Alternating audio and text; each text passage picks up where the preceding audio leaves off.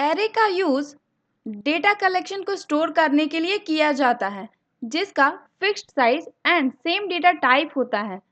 इसलिए एरे को कलेक्शन और variable of same data type भी कहा जा सकता है। चलिए एरे के यूज को एक एग्जांपल में समझते हैं। किसी एक नंबर को स्टोर करने के लिए इंट डेटा टाइप का एक वेरिएबल डिक्लेयर किया जा सकता है। इसी तरह यदि दो नंबर्स को स्टोर करना हो तो हमें दो इन डेटा टाइप का दो वेरिएबल डिक्लेयर करना होगा। बट जब ये काउंट इंक्रीज होगा तब इसे इंडिविजुअल वेरिएबल में स्टोर करना डिफिकल्ट होते जाएगा। इसी प्रॉब्लम को सॉल्व करने के लिए एरे को यूज किया जा सकता है जो एक साथ एक डेटा टाइप के अनेकों नंबर्स को स्टोर कर सकता है। अभी आप स्क्रीन पे जो एग्जाम्पल देख रहे हैं उसमें सबसे पहले इन डेटा टाइप के तीन वेरिएबल्स को डिक्लेयर किया गया है जिसे एरे में एक ही लाइन में सेम डिक्लेरेशन किया गया है। यानी तीन वेरिएबल्स को अलग अलग ना डिक्लेयर करके सभी को एक साथ एरे में डिक्लेयर किया जा सकता है। एरे में सबसे पहले डेटा टाइप होता है, उसके बाद वेरिएबल का नेम एंड उसके साथ साइज यानी कितने नंबर्स को स्टोर करना है। सबसे एंड में यहाँ पे तीनों वेरिएबल्स में वैल्यू 1 बाय 1 असाइन किया गया है। सिमिलरली एरे में भी सबसे पहले 0 पोजीशन पे, फिर 1 पोजीशन पे और फिर सबसे लास्ट यानी 2 पोजीशन में वैल्यूज को स्टोर किया गया है।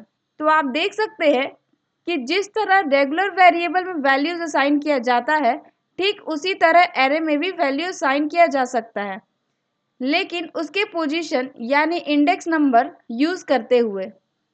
जब एरे 3 साइज का डिक्लेयर किया गया होता है इसका मतलब उसमें 3 वैल्यू स्टोर हो सकते हैं।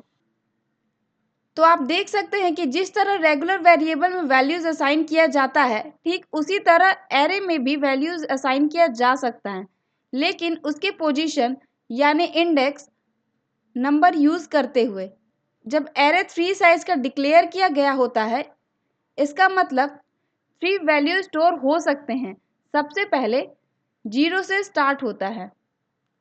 अभी तक आप एरे को एक नॉर्मल वेरिएबल के जैसे देखें। अब चलिए एरे के कुछ अलग अलग यूजेस को देखते हैं।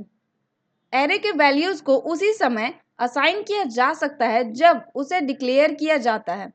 ये भी ठीक नॉर्मल वेरिएबल के जैसा होता है, लेकिन नॉर्मल वेरिएबल्स अलग अलग डिक्लेयर किए गए होते हैं, इसीलिए इसे सिंगल लाइन में असाइन नहीं किया जा सकता। इसे 1 बाय 1 ही करना होगा।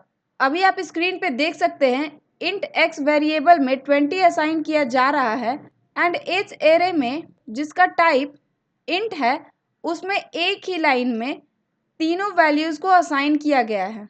एरे के स्ट्रक्चर को आप इमेज में भी समझ सकते हैं। चलिए इसे प्रोग्राम में इम्प्लीमेंट करते हैं।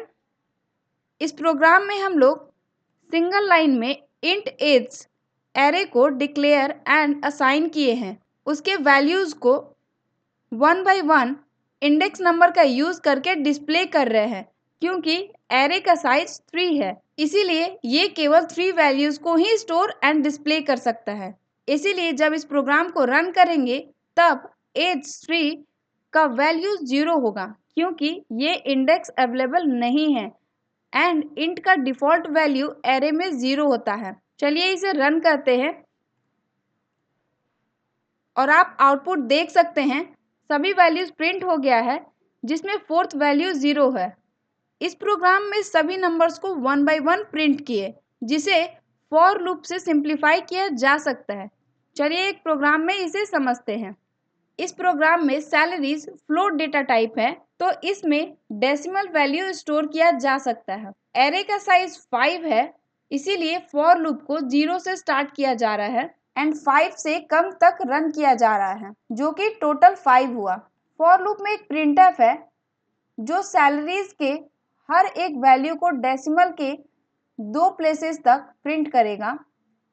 इंट वैल्यूज को प्रिंट करने के लिए %d का यूज किया जाता है।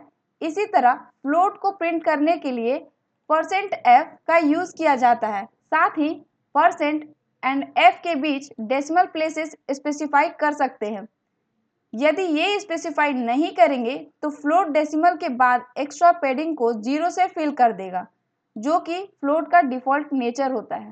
चलिए इस प्रोग्राम को रन करते हैं